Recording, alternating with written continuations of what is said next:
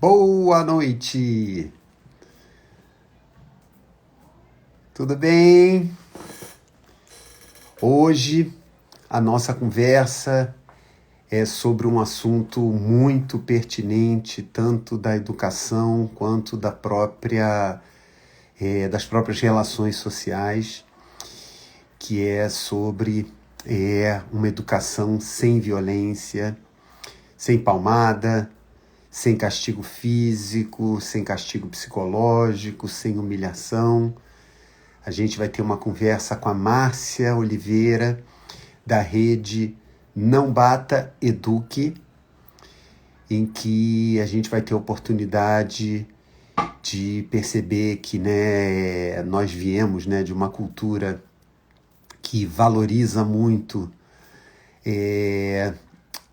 a situação da violência como um método corretivo, mas há outras estratégias muito mais efetivas e menos daninhas para a gente ser gente do bem, bom cidadão e por aí vai.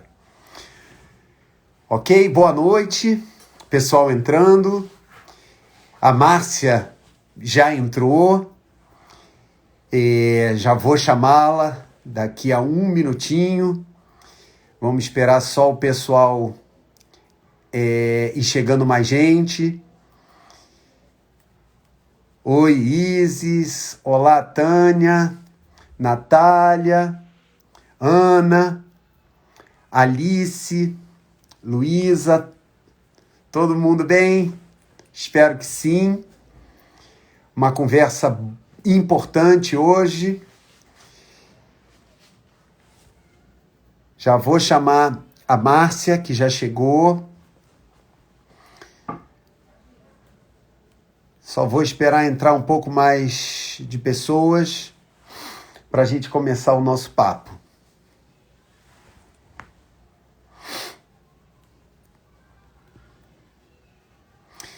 Olha, eu já posso até fazer uma solicitação para vocês que estão chegando. Quem quiser fazer perguntas, já pode ir colocando aí no chat. Eu vou, na medida do possível, anotando, porque vocês sabem, né? Quando o papo é muito bom, eu acabo me envolvendo e esquecendo de olhar os comentários de vocês. Mas hoje eu vou ficar de olho. E se vocês já quiserem antecipar alguma pergunta para esse tema tão relevante, fiquem à vontade, tá bom? Agora eu vou chamar a Márcia.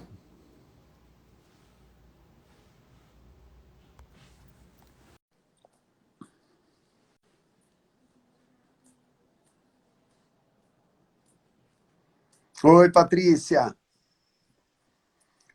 Olá, boa Olá, noite, Renato. tudo bem? Tudo certo? Tá ouvindo bem? Que eu estou usando esse fone aqui? Olha, estou ouvindo você super bem. Eu estou sem o fone, mas você está me ouvindo bem? Sim, perfeito. Ai, ótimo. Ó, já estão criando uma expectativa aqui que vai deixando a gente nervoso. A Patrícia tá dizendo, essa live promete. Patrícia. Vamos lá. Então, muito obrigado pelo convite. É uma honra estar aqui na véspera do aniversário do Estatuto. Amanhã o Estatuto da Criança e do Adolescente faz 31 anos.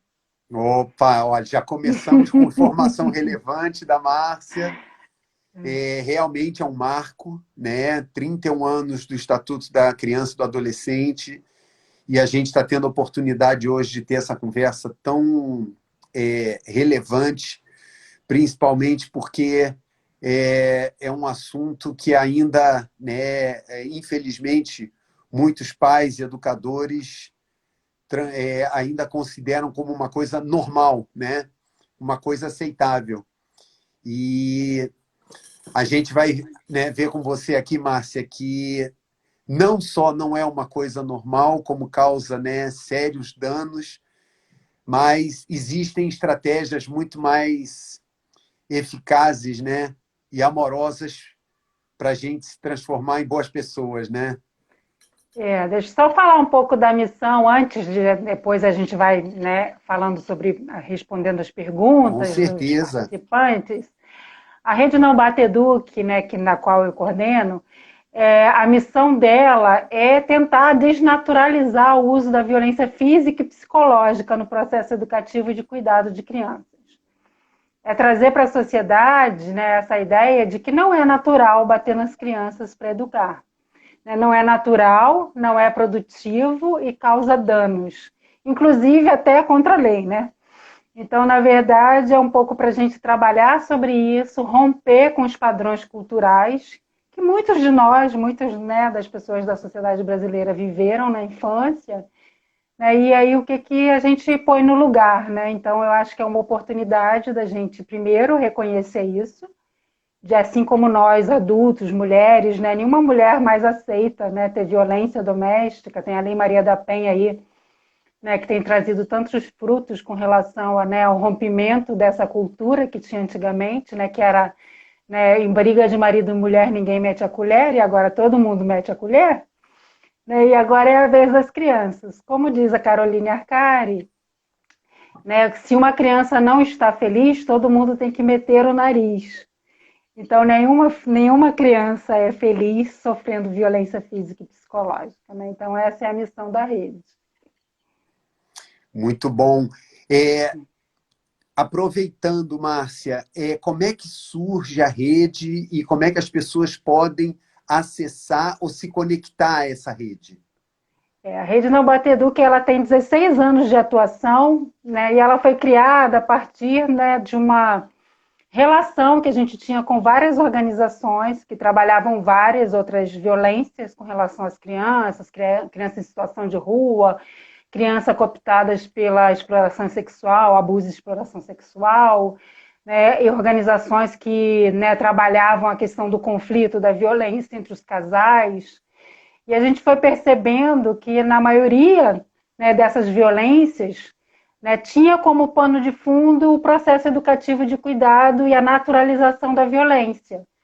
Então, como diz vários estudiosos, e a Minayo, que eu gosto muito, a violência ela é um processo cultural aprendido. Né? E se a gente aprende, vira uma forma de se comunicar, né, a violência.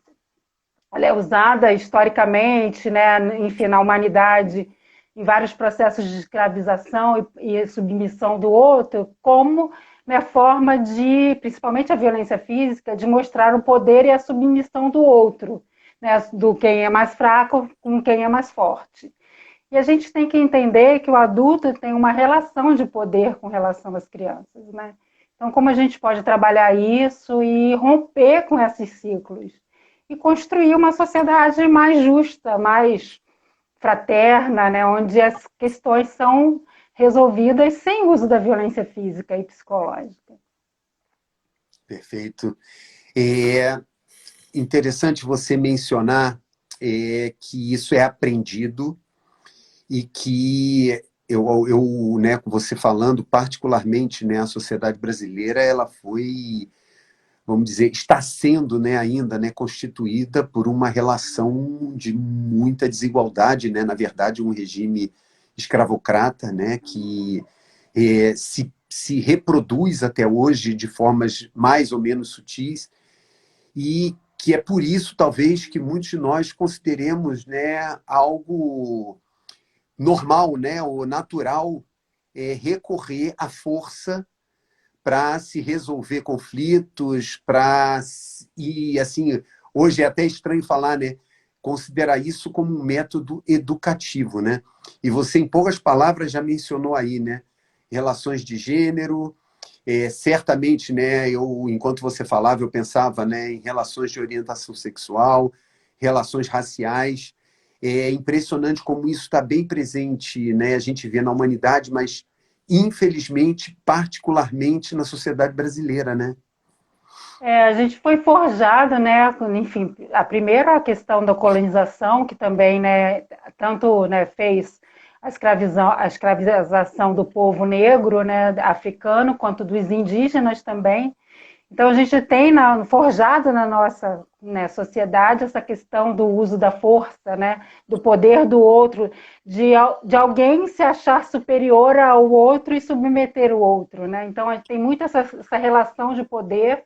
E depois também a gente, além disso, ainda teve, né, a, a ditadura militar por muitos anos também. Então, isso é muito constituinte ainda da sociedade brasileira. A gente ainda tem uma democracia muito frágil e estamos aprendendo nesse processo. E quando você fala do processo de educação e de cuidado, a gente também está falando de um processo de democrático, onde você aprende, né? Eu acho que também tem uma questão também muito, né, adultocêntrica, né? Onde o adulto, a gente ainda Opa, tem uma sociedade onde o adulto se acha o centro de tudo. Então, compartilhar o poder e entender que você aprende muito na relação com o outro, na relação com as crianças, elas têm tanto a nos ensinar, as crianças e adolescentes. Então, é esse aprendizado que a gente está exercitando, né? E aí a Rede Não Batedu que traz essa questão, primeiro do direito da criança e do adolescente, depois ferramentas, o que a gente põe no lugar, né, do uso dessa força física, dessa força perfeito. psicológica, desse poder sobre o outro, né?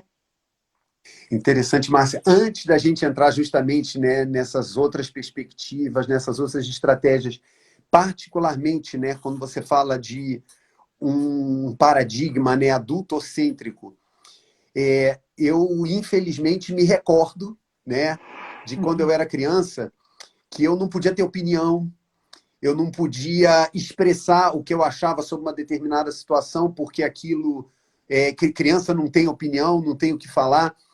E até hoje, a gente percebe em muitas das nossas relações, né, é como se a criança fosse realmente um ser inferior, com menos repertório, mais vazio, e que tenha que acumular coisas que a gente supostamente vai ensinar ou impor a ele, né? Essa crença também vem de tudo isso que você coloca, de outras relações, ou tem mais Exatamente. alguma coisa com relação à criança? Eu acho que com relação à criança tem a questão também, né, muito incutida. Primeiro que tem um novo olhar pela infância, né? Se a gente for, né, quanto mais a gente volta no passado, menos lugar as mulheres e as crianças tinham, né, de possibilidade, né, por exemplo, as mulheres de votar, de ter voz nas relações. Então, tanto as mulheres quanto as crianças, elas foram muito submissas ao longo da história da humanidade. E a gente foi ganhando esses espaços e entendimentos, né? Porque, enfim, a gente evoluiu, graças a Deus, né? Então, outros estudos também foram sendo trazidos, essa possibilidade. E eu acho que assim, as mulheres já conquistaram muitos espaços, mas agora a gente tem que dar a vez das crianças.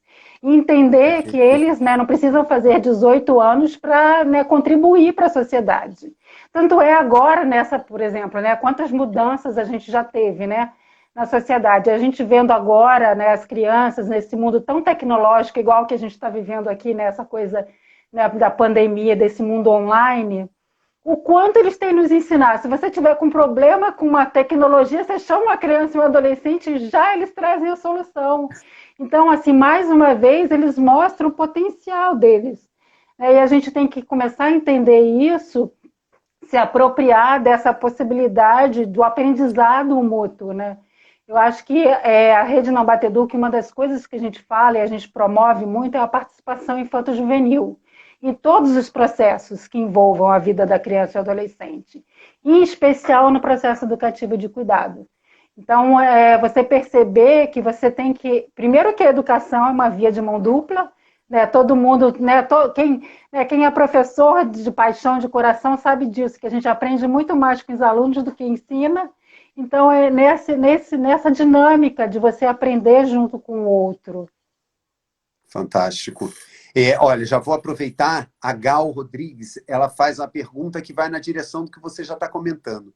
Que estratégias pais e profissionais da educação podem utilizar na construção de um relacionamento dialógico e respeitoso? Primeiro de tudo, a palavra que você pôs aí já na pergunta, o respeito mútuo. né? Entender que cada um de nós tem o que contribuir nessa sociedade. Então, eu te respeito para que você me respeite também. Então, esse é um primeiro aprendizado.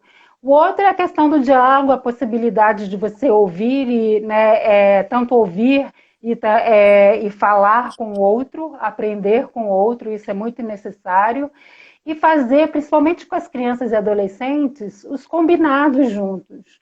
Né? Quanto mais você estabelece as regras e combinados de convivência, como que vai ser essa relação ali, tanto na sala de aula, quanto em casa, com os irmãos, né? No clube, na escolinha de futebol, onde quer que eu esteja, como que vai ser a convivência entre os pares? E discutir isso juntos. E se essa convivência não está legal, o que, que a gente faz, né, para mudar isso, para fazer com que ela seja legal, que seja boa para todo mundo, né? Então, acho que é um aprendizado mútuo, principalmente baseado no respeito e no diálogo. Fantástico, é porque eu estou aqui, né, fazendo sempre a minha meia-culpa, né, e refletindo sobre comportamentos meus, né. É muito fácil, né, a gente falar no respeito, na escuta, né, equânime, né, mas quantas e quantas vezes eu me peguei, né, eu prefiro falar na primeira pessoa, vou poupar os outros, né, naquela postura de eu sei e estou me relacionando com alguém que não sabe e que precisa receber uma orientação.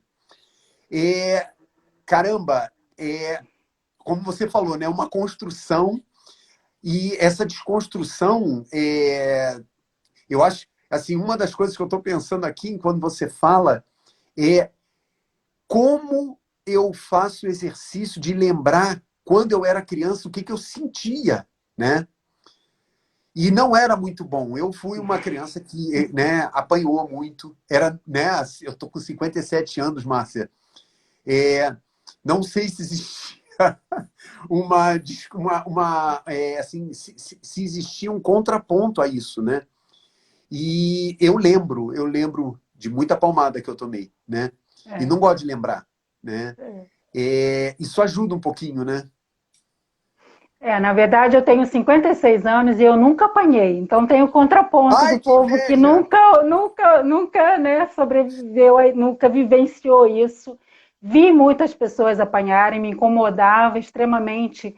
Então, por isso que eu acho que eu tenho certeza absoluta que, primeiro, que é possível fazer, né, diferente, sem usar da violência física e psicológica, né, e dessa questão do aprendizado, porque como eu nunca vivi violência, né, para mim, né, nesse processo educativo de cuidado, eu não consigo conceber alguém achar que isso é válido. Porque você, quando não vivencia a violência, você não aceita a violência. Então, uma das coisas que a Rede Não Bate Edu que fala muito, né, para as pessoas é que quando você bate numa criança para educar, você ensina ela a bater. Quando você bate numa criança dizendo eu estou te batendo porque você está batendo no seu irmão, isso é uma incoerência. Né? Não é assim, você está fazendo exatamente o que você não concorda. Então, assim, nesse processo educativo de cuidado, a gente tem que ter, primeiro, né, coerência, não é fácil, né, porque a gente nunca, na verdade, se a gente for voltar lá no passado, a gente não é convidado, nunca foi, né, em muitos espaços a dar opinião, a dizer o que está pensando, a participar. Então, a gente ainda vive numa sociedade que tem muita dificuldade com a participação de fato. Perfeito. Né? Então, como que a gente aprende isso? Né? E é um processo de aprendizado que a gente fala para as pessoas que estão na figura, no papel de pai, mãe, educador, ou quem cuida, né? Se pôr no lugar do outro, ter empatia, porque por mais que você, né, como você diz, você viveu, né, essa violência física, hoje em dia você ressignifica aquilo que foi vivido. Não foi bom se você, né, pensar lá quando viveu. A gente fala que é muito diferente o sentimento de quem bate do quem apanha. É totalmente diferente. Se você perguntar para uma criança o que ela sente quando ela apanha, é totalmente diferente daquele pai que, na verdade, pai e mãe é o responsável, que às vezes é até amoroso, sim, mas que acha que isso faz parte do processo educativo e de cuidado, né? Usa, que depois se arrepende, sofre também com isso. né? Porque não é bom, a violência não é boa, né, para ninguém, para nenhum dos lados. E como que a gente muda isso? E é mudando a perspectiva, tendo informação, buscando informação, entendendo com o outro, como que o outro lidou com aquela situação que era tão desafiadora, né, que eu posso também usar. Então é um processo, né, de construção, na verdade. Não, e olha, eu acho que nós dois aqui estamos dando um exemplo, né? Como você não viveu essa situação, para você fica difícil de conceber, né? De uma Uhum. certa forma, como eu tive circunstâncias e uma história diferente, é como se eu tivesse naquele caminho de ter que ressignificar, porque para mim era uma coisa natural, né? Uhum. E tem sido necessário todo um processo, né, de abertura para reconhecer essas coisas, ressignificar, né, as dores, né, que isso imprimiu e não reproduzir, né? E eu acho que aqui está um bom exemplo, né, de que como é bom, né, não passar por isso, né? Sim. Porque fica bem Eu mais sou, fácil sou, de... sou super feliz e assim, e aí é uma prova viva de que acontece. Às vezes tem, né, muita, assim, nessa trajetória da Rede Não Bater que muitas pessoas falam assim, eu sou a pessoa que eu sou hoje porque apanhei. Agradeço meu pai e minha mãe, né, por ter me batido. Isso é recorrente. Essa frase a gente ouve em todos os lugares, não importa a classe social das pessoas. E aí a gente fala, trazendo essa perspectiva, a gente diz que quando você, né, diz que você é quem é hoje, né, por conta da violência, você está reduzindo todo o resto que você viveu, o afeto, o carinho, o cuidado, as oportunidades, as interações, a trajetória que você teve de vida. Então, tudo isso contribui para quem é você hoje, não foi a violência sofrida, né? Exatamente. Foi Então, talvez assim, apesar dela, né? eu já ouvi também pessoas falando, apesar da violência que eu vivi, eu sou a pessoa que sou hoje. Então, eu acho que é um pouco isso, desconstruir, né? E assim, não justificar a violência. A violência é injustificável, né? Toda e Fantástico. qualquer violência, ela deve ser prevenida. E a Perfeito. gente tem capacidade para isso. Não tem, né, não tem violência aceitável ou tolerável, né? Não tem Não. magnitude para violência. Perfeito. Como diz o professor Paulo Sérgio Pinheiro, que né, já foi ministro de Direitos Humanos e é um professor da USP, ele fala que não tem palmódromo. Como que você vai Isso. medir, por exemplo? Como que você mede uma intensidade? A pessoa fala assim, mas só uma palmadinha na bunda, na fralda da criança. É, Como que você mede isso? Você é um adulto de 2 perfeito. metros de altura batendo numa criança, num bebê de 6 meses? Como que você mede isso, né? Então, assim, Fantástico. assim, só a questão de você, o ato de você achar que pode bater num corpo tão frágil, um bebê é super frágil, né? Então, assim, né? Então, como que a gente pode rever esses conceitos? Isso é aceitável, de Fantástico. fato? Se você não aceita, né, uma mulher, né, que hoje não aceita mais sofrer violência, não quer dizer que não sofra, né? Mas não aceita. Você não aceita que um idoso sofra violência. Por que que ainda aceitamos que as crianças sofram algum tipo de violência? Muito bom. É importante. Assim, acho que a gente tem que remarcar isso que você acabou de falar, né? Não se mede, né? Isso é violência, não tem pequena ou grande, é violência e isso, né? Acaba assim, você aceitar a pequena violência, você não sabe o que é pequeno, né? Porque é o que você comentou também, né? É quem sofre é que vai medir isso, não é você que Sim. pratica, né? E aí vem as sutilezas, né? Ainda maiores disso tudo, né? A violência física ela é visível, ela é, né, sentida na carne, na pele. Mas existem outras formas de violência também, né, Márcia, que É, eu, tomam configurações aí, às vezes, muito mais sutis, mas com danos talvez até maiores, né? O é, que você eu fala queria sobre trazer. isso? Eu queria trazer a fala das crianças e adolescentes. Na verdade, a Rede Não Bater Duque, né, nesse tempo todo, ela envolve criança e adolescente em toda a construção, toda ação que a gente vai fazer. A gente envolve crianças e adolescentes e ouve também os idosos, as mulheres, as mães, todo mundo. né, para ir entendendo e construindo um novo caminho. As crianças falam disso. A violência física, às vezes, é mais fácil de superar. Que passou a dor física ali, ela, né, sai, vai brincar, vai fazer outra coisa, meio que esquece. Mas o que dizem para mim, o que as pessoas que você considera, que você ama, diz para você, diz que você é um inútil, que você é um burro, que você não vai dar em nada. Quantas vezes a gente já ouviu essas frases para as crianças? De adultos falando essas coisas para as crianças. Isso é muito duro. E isso fica, né, na gente, no coração da gente, na mente da gente, a vida toda. E aí, nessa trajetória da Rede Não Bater Duque, a gente já né, conversou com muitos adultos que tiveram que mais tarde fazer terapia de tão intenso, né, de tão intenso que era essa violência física, essa cobrança, né, desmedida com relação às crianças, né, e adolescentes também. Então, a violência psicológica, ela também faz dar uma marca, às vezes, na alma da pessoa. Então, eles falam muito isso, que a gente tem que ter muito cuidado, toda a pessoa, né, que você que está ali no papel de pai, mãe, educador, cuidador daquela criança, do que você fala, porque as pessoas falam palavras muito duras para as crianças. Uau!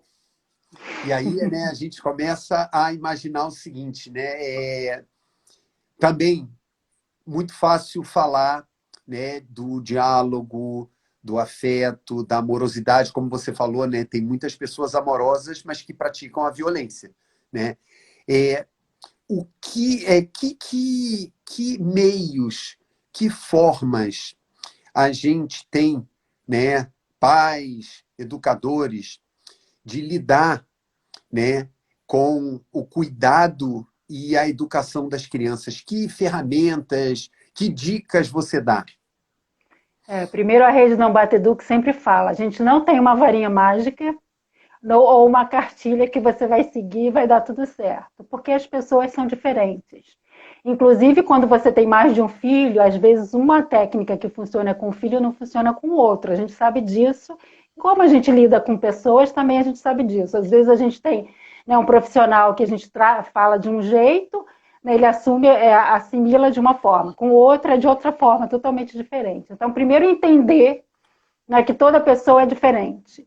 Segundo, também entender os seus limites. Não é fácil. O primeiro de tudo, a primeira coisa que a gente pode falar é controle sua raiva.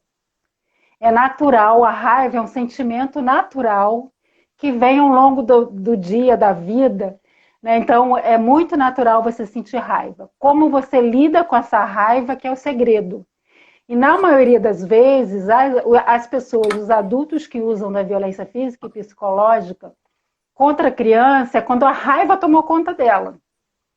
Ela estava ali numa situação que ela era desafiadora, que ela não concordava, ela perdeu toda a possibilidade de argumentar, e a raiva, né, tem aquela bombinha que explode. Tem um vídeo audiovisual do Instituto Promundo, que faz parte da rede, que fala muito disso, que aí a bomba explode e a violência vem. Então, assim, a primeira ferramenta é controle da raiva. Por quê? Nós controlamos, ao longo da nossa vida, no nosso dia a dia, a gente controla a raiva com relação ao outro. Se eu estou numa fila do supermercado e alguém fura a minha fila, eu fico com raiva daquela pessoa, mas eu não saio estapeando ela. Se eu estapear, né, até posso, mas aí vai vir né, a polícia, ela pode me processar, pode ter várias consequências aquele meu ato violento. Né? Então, você se controla com relação às outras pessoas da sociedade, os outros adultos, por exemplo, ao longo do dia. E às vezes você não tem esse controle na relação com a criança. Porque ela é mais frágil. A gente tem que entender isso. A criança e o adolescente têm uma relação mais frágil, né, quando a gente está falando da relação com o adulto, principalmente o adulto que é cuidador. Né, que é o pai ou a mãe é o responsável por ela, né, que sustenta, né, que é o pai e a mãe, por exemplo. Então, o controle da raiva é o primeiro. O segundo elemento é você entender que a criança tem um comportamento de criança. Então, você entender, né, aí tem várias literaturas com relação a isso, a Rede Nacional da Primeira Infância, vários organizações que trabalham a questão do desenvolvimento infantil. O que é natural para uma criança de 1 ano fazer? O comportamento natural dela. O que é natural para um bebê de 3 meses fazer? O que é natural para um bebê que acabou de nascer fazer? É fazer xixi, cocô, mamar e chorar. Tem gente que bate em bebê porque o bebê chora. Então, assim, é não entender que aquilo é um comportamento natural, é não entender que ele não está fazendo aquilo para irritar o adulto, irritar o pai, a mãe, quem seja. É o comportamento natural daquela faixa etária. Então, entender as fases de desenvolvimento também faz com que as pessoas tenham uma expectativa mais realista na relação com a criança. E entender que a gente tem a capacidade de resolver qualquer conflito e diferença sem usar a violência física e psicológica.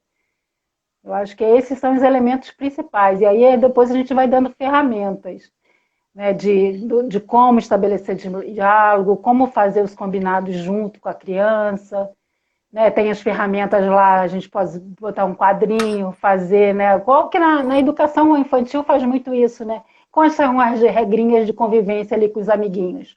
Não pode morder, não pode isso, não pode aquilo, bota a figurinha lá, vai construindo também numa linguagem que a criança e adolescente possa entender, né? Nossa, excelente. É interessante. Nossa, vamos lá. Controle sua raiva, né? É curioso, como você comentou, que as pessoas falam assim, eu me descontrolei.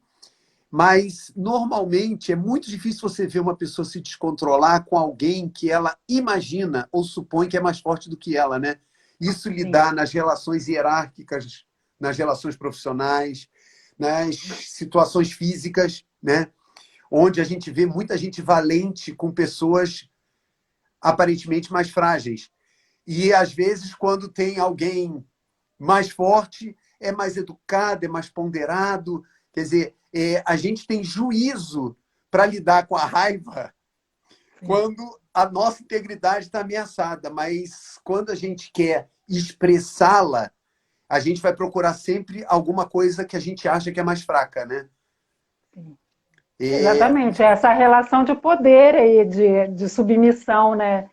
A questão da violência, né? É uma coisa que a gente não comentou, que eu acho que é bem importante também falar, principalmente para os pais amorosos, né? Pais e mães e educadores que querem mudar, né, essa perspectiva, é a relação da violência, né, no uso dessa violência física e psicológica, a relação que ela faz entre amor e violência. Isso é extremamente perigoso, né? E os psicólogos falam muito disso, que a gente tem que ter muito cuidado com isso. Né? Por isso que, às vezes, né, principalmente aí vou chamar, né, para a minha sardinha a questão das mulheres que vivenciam relações abusivas que nem se dão conta, porque acreditam que aquele, né, posicionamento, aquele ciúme exacerbado, aquela violência, porque, infelizmente, muito homem diz, eu te bato porque eu te amo. Né? E aí você faz a relação do poder com, né, o amor. Isso é extremamente complicado. E arriscado também, né? Caramba, e assim, na mesma forma, a gente vê isso nas relações profissionais, né? O paternalismo, né? E é bom falar paternalismo, né? Porque a situação do machismo olha, eu tenho que ser duro com você, eu tenho que te humilhar, mas, em contrapartida, olha o benefício que eu te ofereço, olha a oportunidade de trabalho que eu te dou, né? É sempre assim, uma covardia, né? A palavra é essa. E eu acho, Márcia, não é puxar a sardinha para o seu lado, né? Enquanto mulher, é porque isso é uma realidade dolorosa e frequente, né? Pelo menos na nossa sociedade, em que esse é um alerta muito bom, né? Essa suposta correlação de amor com violência. Isso tem que ser absolutamente divorciado, né? Separado, porque não combina, né? Isso é dominação, Exatamente. não é amor, né? Exatamente. E aí você reproduz. E aí tem a questão da violência como sendo um comportamento aprendido, ela é um ciclo. né? Então, você vê muitas situações de violência vivenciadas, por exemplo, por mulheres que apanham dos seus maridos, que viram suas mães apanhar dos seus pais. Né? E aí bate nos filhos, e os filhos depois crescem, acham que é natural bater na mulher.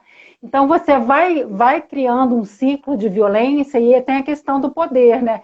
Eu lembro uma vez, que a gente sempre conversa com todo mundo, eu lembro uma vez com um adolescente que eu perguntei para ele, a gente estava num um círculo, e aí eu perguntei assim, o que tu acha da violência? Ele falou, eu quero crescer, porque todo mundo me bate, eu quero crescer logo para poder bater em alguém. Caramba. Então, para você ver a perspectiva, a construção, ele sofria tanto a violência que ele queria crescer para poder, né, praticar essa violência com alguém. Então, é para você entender o aprendizado desse processo, né? Então, assim, como que a gente rompe com isso? Mostra que para eles, não é assim, né? Então, eu acho que é muito interessante a gente começar a pensar, né, sobre essas questões e tudo que está envolvido de alguma forma, né, com com esse uso da Perfeito. violência, né, porque são muitas questões.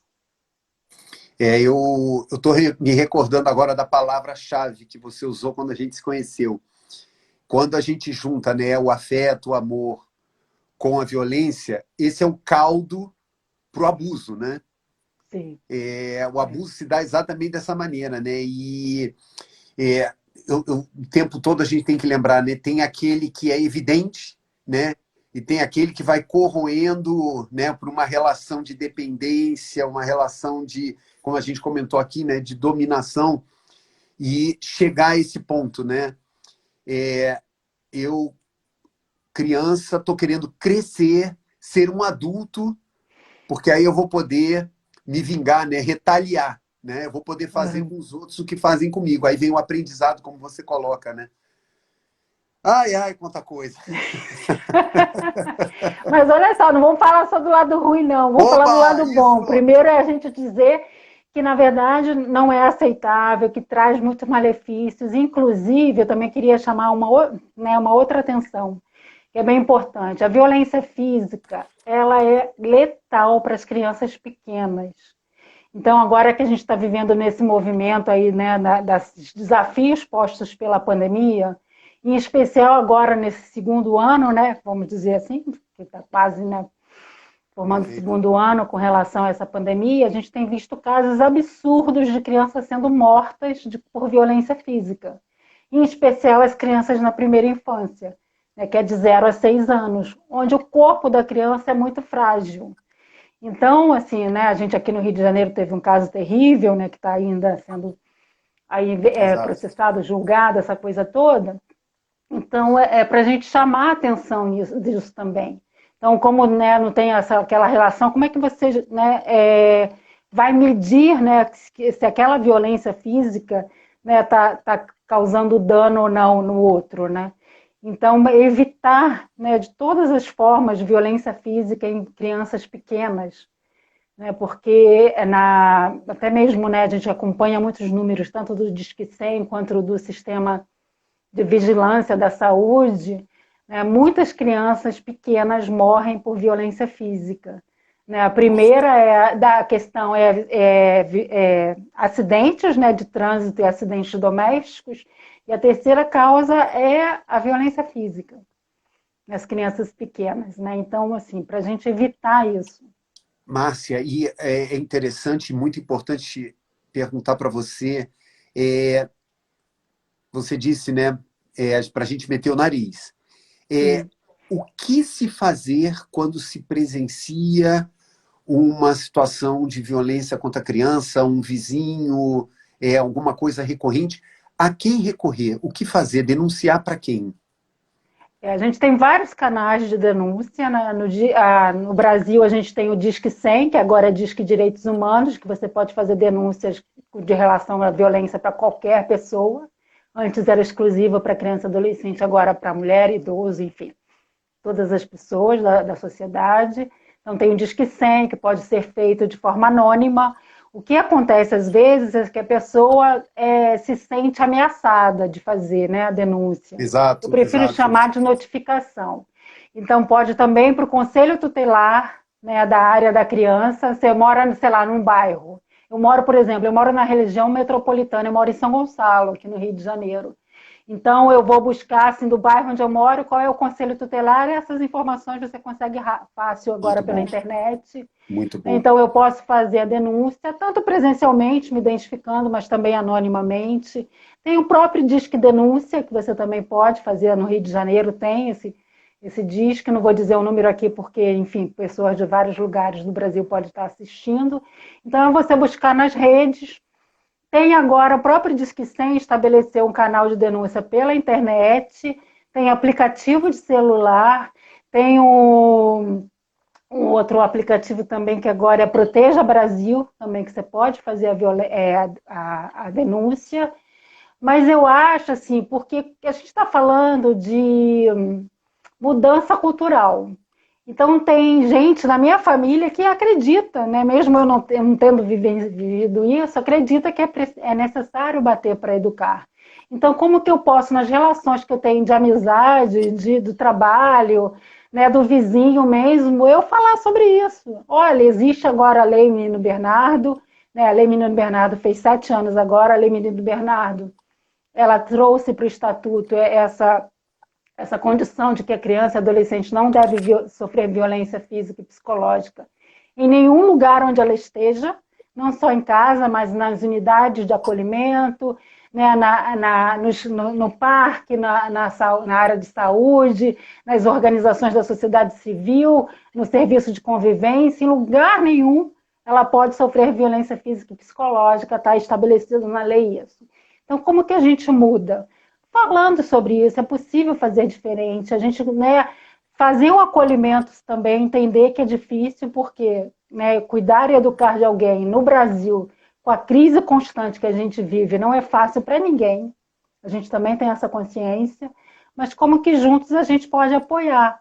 Então, assim, é uma situação desafiadora. Acolhe, por exemplo, a gente lembra uma vez no shopping, né? O shopping é um lugar de conflito familiar diário, assim, toda hora você vê um conflito familiar. E a gente viu uma pessoa, né, que estava com um grupo, ela foi, né, a criança se sujou, foi para o banheiro e ela teve que trocar toda a roupa da criança. E aí a mulher desesperada, e a gente falou assim, nossa, é difícil. Quando você dá uma palavra de acolhimento, é difícil, mas vai dar jeito. E assim, isso não importa, é natural que a criança se suje, que ela vomite, que ela precise trocar a roupa. Isso é natural, não é uma vergonha. Porque às vezes também as pessoas, os adultos, usam da violência física quando elas acham que estão sendo julgadas pela sociedade, Exato. né, na relação com a criança, e não entender que aquilo é natural. Então, uma criança se sujar, vomitar, né, enfim, né, fazer as necessidades, né, fisiológicas na roupa é natural.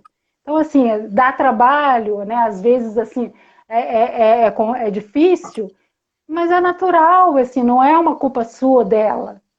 Então, trazer essas questões, esses conceitos, essas possibilidades da gente lidar com essas situações que as pessoas julgam desafiadoras de uma forma natural e simples, Perfeito. porque na verdade é simples.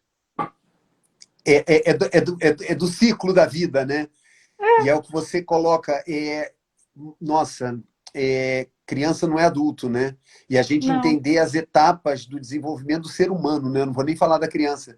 E aí saber que você não pode esperar de uma criança de 3 anos o comportamento de um adolescente ou o comportamento de um adulto, né? Exatamente. E relativizar as coisas e, como você falou, naturalizar. Isso tem que naturalizar, né? É Sim. assim É. mesmo, né? Vai sujar, tá no processo, né? E surgiram alguns comentários aqui, e não é por acaso, né? Ah, Que é esse ciclo, né, da violência, quase que uma cadeia, né?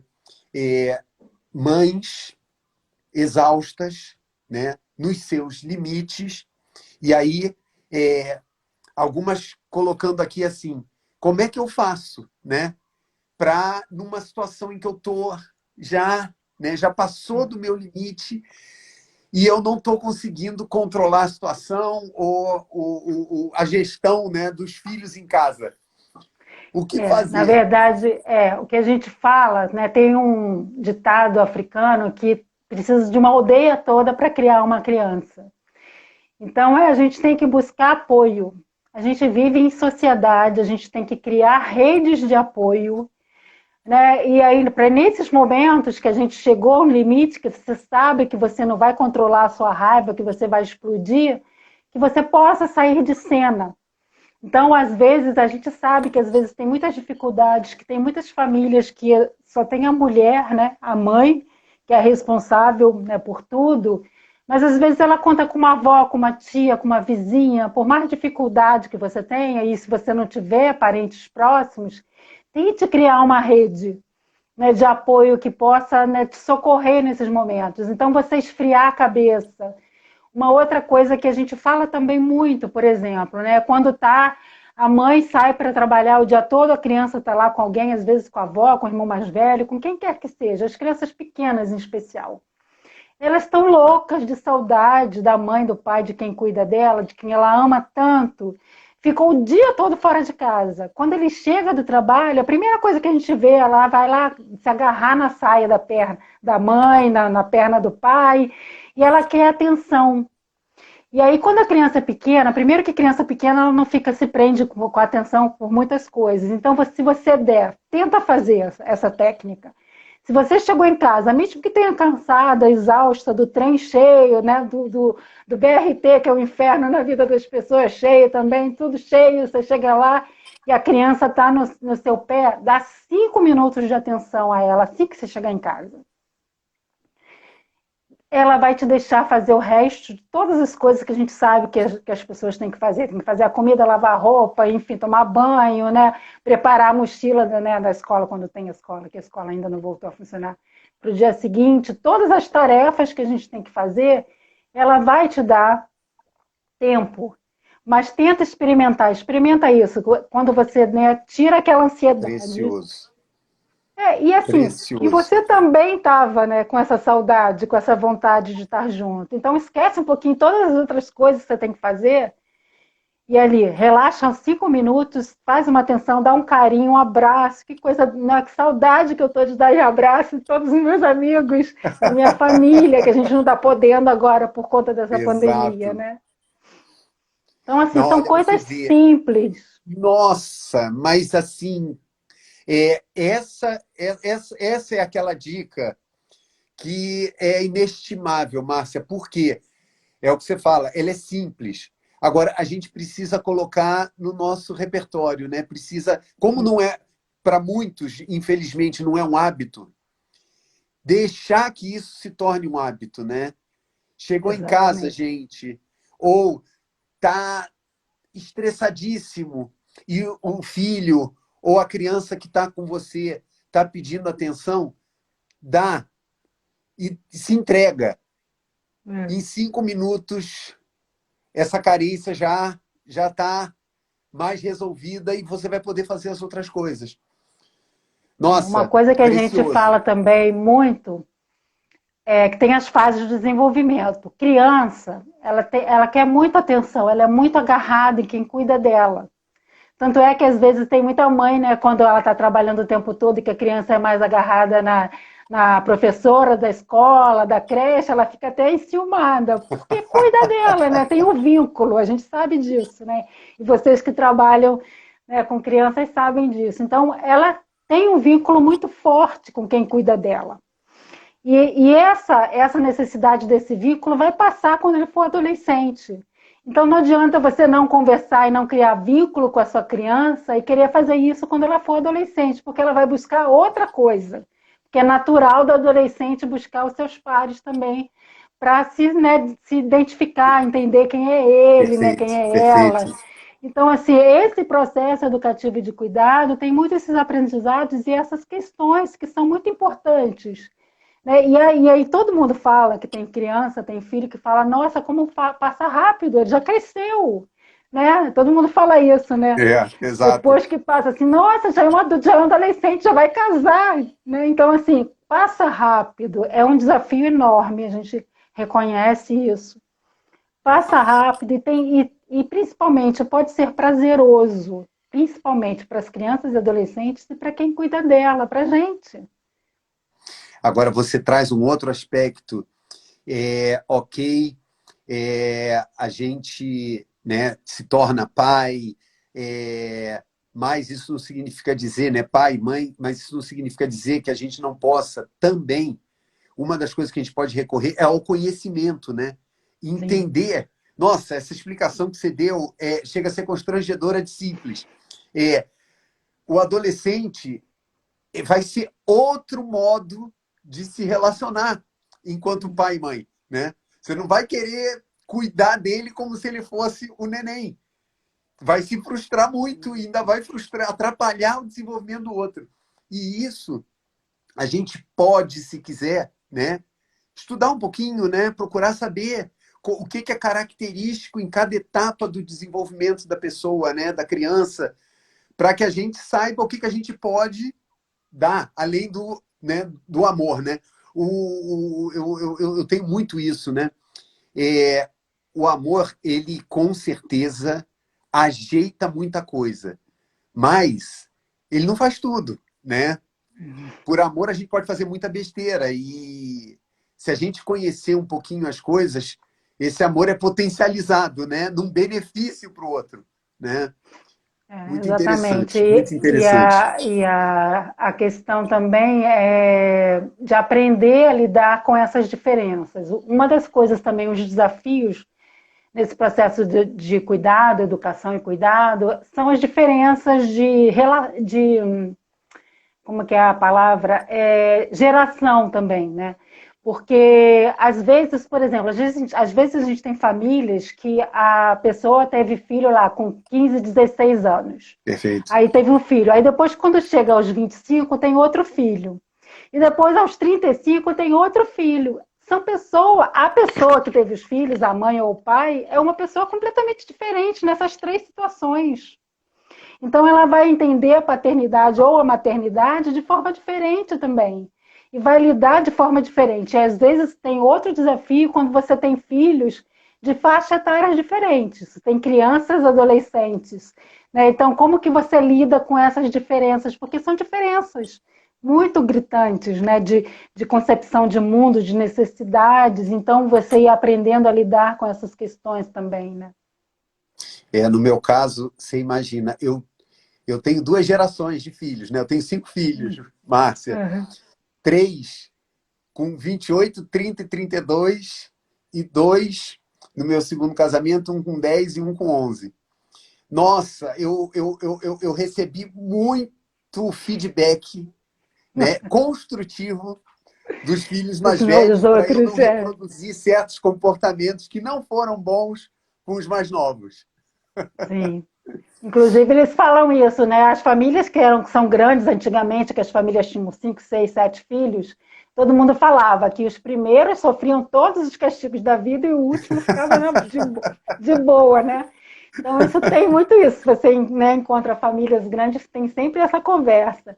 Mas aí os pais falam o seguinte, porque ninguém aprende, né, nasce sabendo ser pai e mãe. A gente vai aprendendo na caminhada. E aí você, na caminhada, vai vendo que tudo aquilo que você fez, a violência física, psicológica, muitos comportamentos não foram efetivos, não foram bons os resultados. E aí Exato. você vai mudando, você vai aprendendo. Só que agora, né, a gente tem muita mais informação, tem curso online, tem um monte de coisa que você pode buscar informação e não ter essa caminhada, que é mais dura, tanto para quem educa do que para quem está sendo educado, né? Perfeito. Não, e como você colocou, né, apesar da gente ver, né, muita coisa difícil, dura, há uma evolução, né, de ver, de como se vê a infância, de como se vê, né, as relações, né, de gênero, essa coisa toda, apesar da gente ter uma trajetória ainda muito longa, porque, como você falou, é cultural. A Sim. Patrícia, ela está fazendo, é a segunda vez que ela faz uma pergunta muito pertinente, que é como combater o argumento de que falta de palmada está fazendo as crianças serem mal educadas, sem limites, reforçar isso, né? Como fazer com que pais e outros responsáveis entendam que o caminho não é esse? Olha, se a gente for ver reportagem do século passado, as pessoas já tinham esse argumento, diziam que as crianças eram impossíveis e não tinham mais limites. Na verdade, as crianças são reflexos da sociedade que a gente apresenta para elas. Que adultos nós somos? Nós temos limites? Opa! Quantos adultos você conhece que não têm limites? Né? Então, assim, a criança, a infância e o adolescente, ela é um reflexo do que a gente oferece para elas. O que a gente tem oferecido, na verdade, de bom para as crianças e adolescentes na sociedade brasileira de alguns anos para cá? Né? Então, assim, primeiro é entender isso. Primeiro que tem esse argumento, se a gente for buscar, né, reportagem do século passado, vai estar escrito isso lá, de que as crianças são impossíveis, né, porque quando se aboliu a palmatória da escola, porque lembra que no passado era permitido palmatória na Exato. escola. Todo mundo fala isso. Agora ninguém respeita mais os professores porque não tem mais palmatória na escola. Agora não respeita professor, por quê? Primeiro que o Estado não respeita os professores, não dá aumento, não dá estrutura, não dá nada para eles. E a segunda, que no passado a população, de modo geral, respeitava muito os professores. E agora eu acho que com a pandemia isso está voltando. E depois virou num processo das pessoas verem os professores como um empregado. Né? Opa! Como eu estou o tempo todo fora de casa, quem educa agora é o professor. O professor não sabe, né, educar, não está fazendo o dever de casa dele.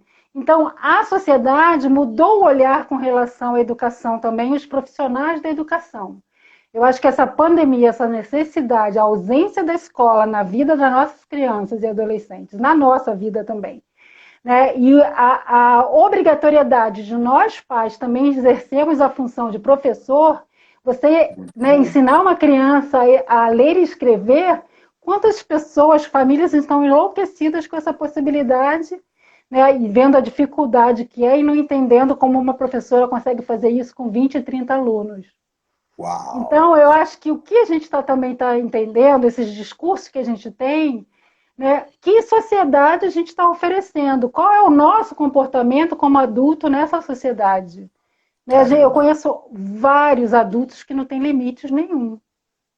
E aí tem sempre E, discurso de que ele não tem limite é a criança e o adolescente. e o mais interessante, né, delega, terceiriza isso para, né, no caso, para a escola, para o professor, e você traz assim essa reflexão, né, de que a pandemia mostra primeiro, né, como muitos, né, pais irresponsáveis estavam realmente apartados dessa questão da educação, né, realmente delegando, terceirizando isso para a escola, e por outro lado, né, quando se viram com isso, né, a gente tem vivido isso também, né, eu na Rede Cruzada, com os meus filhos, é, o quanto a gente desperdiça dessa parceria, né? É, pais, escola, professores, e é o que você falou, a admissão, né, do valor, né, e da contribuição dos professores, né? Exatamente, eu acho que assim, esse processo educativo e de cuidado, primeiro que a família é o primeiro lugar de socialização de qualquer criança e adolescente. Então, né, se você tem toda a questão cultural, o que você acredita que é verdadeiro, né, no seu seio da família, é o que você vai passar para o seu filho, para sua filha, né, para quem você cuida. Depois tem a escola e outros ambientes de interação, e todo mundo faz junto. Eu acho que a gente tem que resgatar isso na sociedade brasileira também, em especial reconhecer a importância da escola nesse processo, né, de socialização e Fantástico. como a escola, as creches, qualquer, né, em qualquer nível, é importante no processo educativo de cuidado, de formação de qualquer pessoa. Assim, eu adoro, eu lembro de muitos professores que foram muito importantes na minha vida. Então, eu acho que assim, é um desperdício, né, o olhar equivocado que a sociedade tem com relação aos professores. Exato. Olha, eu até hoje lembro da minha professora, hoje não se fala mais, né, do primário. Ela foi minha professora do primeiro ano ao quarto ano primário. Ah, que falta fazem esses professores, né? Sim, Eu é lembro, vou ter que maravilhoso. contar. Márcia, vou ter que contar porque isso é uma passagem muito forte da minha vida. É, É, eu briguei com meu irmão, que era um ano mais velho que eu, e ele arranhou o meu rosto. Eu fui é. para a escola com o rosto arranhado. Dona Maria Bacelo, a minha professora de primário, ela ligou para minha mãe e perguntou qual era o gatinho que tinha me machucado. Eu não esqueço disso, né? Aham. Isso que vai além das matérias, né? Da disciplina, é realmente a atenção com a pessoa, né? No meu caso, eu como criança, né? Era, né? Eu posso falar de outro jeito, né? Era uma segunda mãe para mim, né? Sim. É muito importante, Inesquecível. traz muito, né? E traz contribui muito para a formação do que você é hoje. Então, eu acho que é resgatar essas questões. E, assim, as crianças são reflexo do que a gente oferece para elas. Então, se você quer, né, se você tem que ver também, assim, né, o que você está trazendo? Você estabelece os limites conjunto com ela, né, tem as sanções, porque a gente também tem um imaginário de que, por exemplo, os adultos cumprem tudo que dizem, né? Perfeito, E não é perfeito. verdade, né? Ou que nós somos perfeitos, que não erramos nunca. Isso Os também não é heróis, né? verdade. Não é. Então, assim, trazer mais para o dia a dia, para o cotidiano, para essa questão do aprender junto também. E fazer junto, não deu certo, vamos tentar de outro jeito. Eu acho que é o respeito e ter na mente essa questão. Eu não vou usar. Se por mais que uma pessoa até ontem, até há uma hora atrás, tenha usado da violência física, né, no processo educativo de cuidado com a criança, daqui em diante eu vou fazer diferente. É uma decisão que a pessoa tem que ter. E Maravilha. aí, eu tendo essa decisão, eu vou buscar as estratégias, o que eu faço diferente. Né, a Rede Não Batedu, que tem Instagram, YouTube, que mais? A gente tem até TikTok hoje em dia, que os adolescentes quiseram criar essa rede para poder falar com outros adolescentes. YouTube, Facebook, Instagram e TikTok. Fora o site. Então, todo o material que a Rede Não Bate Eduque constrói, nossas, né, redes sociais é Não Bate Eduque. Está tudo lá disponível, as pessoas devem baixar e usar, né, e modificar, melhorar o que a gente Muito bom. propõe, né, dessas estratégias. Olha, pais e professores que estão aqui, não deixem de acessar a rede Não Bata Eduque. Ali estão as dicas. Sim. Márcia, infelizmente, eu acabei de ver, já são 8 horas. Eu queria, primeiro, né, te agradecer pela sua generosidade aí de ter disponibilizado esse tempo para falar com a gente de um tema tão importante que eu tenho certeza que impactou a todos nós. E você falou nessa tua última fala, né? Mesmo que há uma hora atrás, né? Eu estivesse, né, com um comportamento, né, de violência, com atitudes, né, agressivas, eu posso tomar a decisão de fazer diferente a partir de agora. O convite está Sim. feito, gente. E, Márcia, queria deixar com você as últimas palavras dessa live.